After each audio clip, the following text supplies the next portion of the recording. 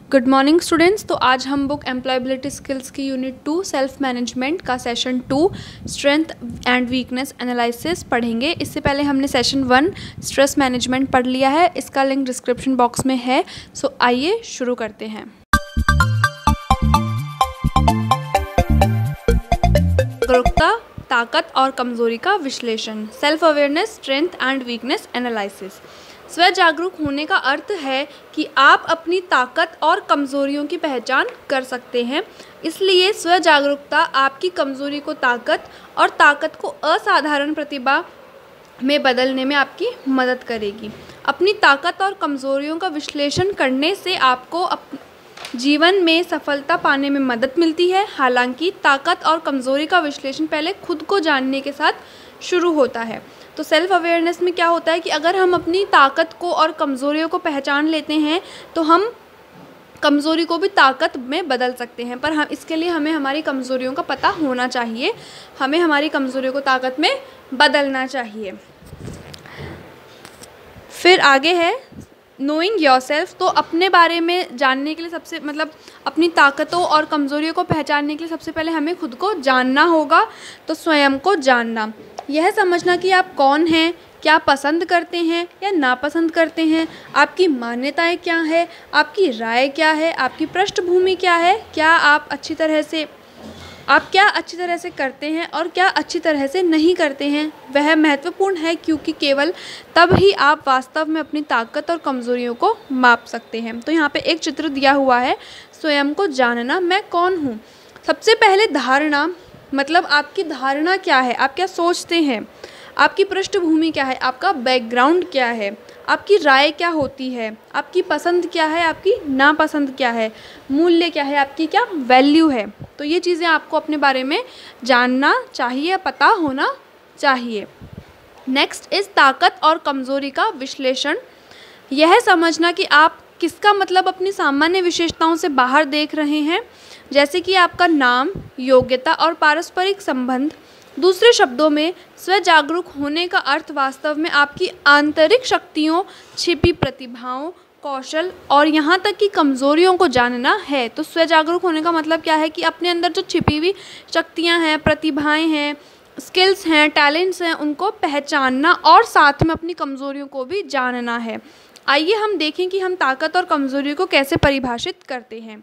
ताकत और कमज़ोरी एक तरह से अगर हम बैलेंस करें तो वो एक पूरी लाइफ बनाती है इंसान की। तो ताकत के क्या उदाहरण हैं, मैं रचनात्मक लेखन में अच्छा हूँ, मुझे दर्शकों के सामने बोलने का पूरा भरोसा है, मैं गिटार बहुत अच्छी तरह से बजाता हूँ। तो उसे पता है कि मेरे पॉजिटिव पॉइंट्स हैं, ये मेरी ताकत है।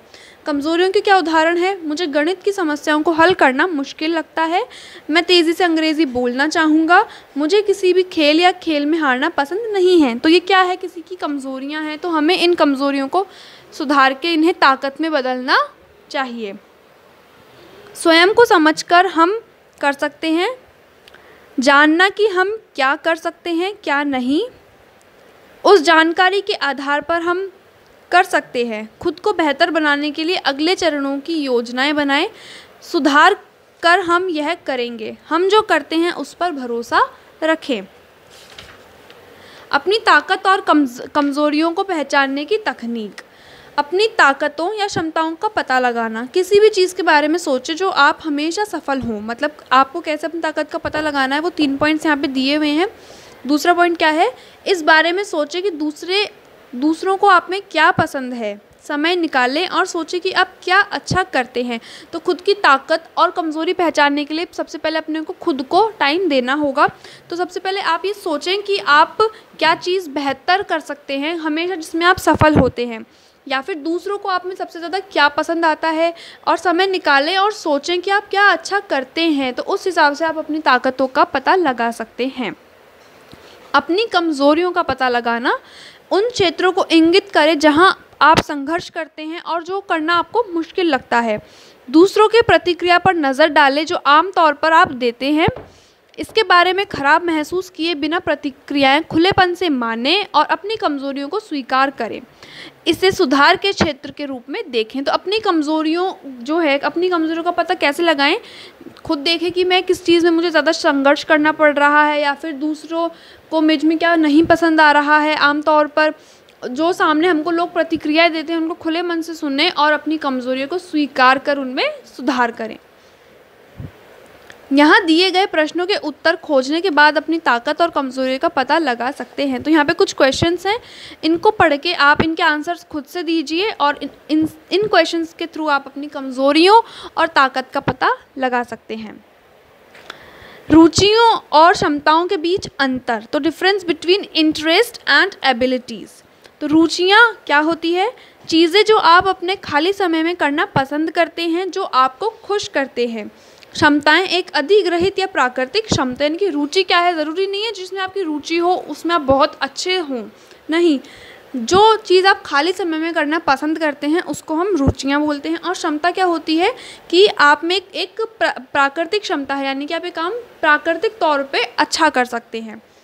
दूसरा पॉइंट, जिन चीज़ों के बारे में आप उत्सुक हैं या यदि कोई आपको ऐसा करने के लिए नहीं कहता तो भी आप ऐसा करेंगे, यानी कि जिन चीज़ों को लेकर आप एक्साइटेड रहते हैं कि उन चीज़ों को करने के लिए आपको किसी और के बोलने की वेट नहीं करनी पड़ती।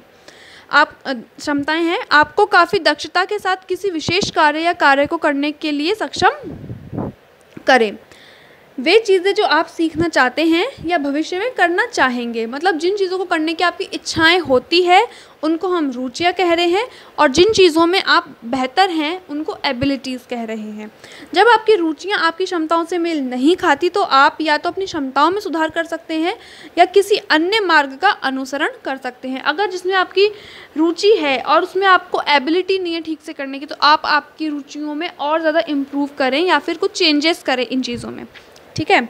उदाहरण के लिए आप संगीत पसंद कर सकते हैं लेकिन आप गायन में अच्छे नहीं हो सकते, उस मामले में एक गायक बनने की कोशिश मत करें, ठीक है। तो यहाँ पे चैप्टर ख़त्म होता है। आगे आपके प्रायोगिक अभ्यास क्वेश्चन आंसर्स हैं, उनको सॉल्व कर लीजिएगा। Have a good day, thank you.